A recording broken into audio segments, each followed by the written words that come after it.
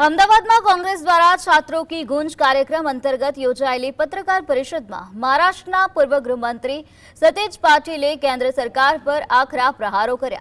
તેમણે વિદ્યાર્થીઓના પ્રશ્નો અને નીટ પરીક્ષાના મુદ્દે સરકારને ઘેરી હતી। સતેજ પાટીલે જણાવ્યું કે લાખો વિદ્યાર્થીઓના ભવિષ્ય સાથે જોડાયેલા પ્રશ્નોને રાહુલ ગાંધી સતત રાષ્ટ્રીય સ્તરે ઉઠાવી રહ્યા છે। કોંગ્રેસે 1 ઓગસ્ટે રાજ્ય સ્તરીય અને 9 ઓગસ્ટે સંસદ નજીક વિશાળ આંદોલનની જાહેરાત કરી। આ સાથે જ કેન્દ્રીય શિક્ષણ મંત્રી ધર્મેન્દ્ર પ્રધાનના રાજીનામાની માંગ પણ ઉઠાવી છે। પેપર લીક મામલે મુખ્ય જવાબદારો સામે કાર્યવાહી ન થવાનો પણ આરોપ लगावવામાં આવ્યો છે।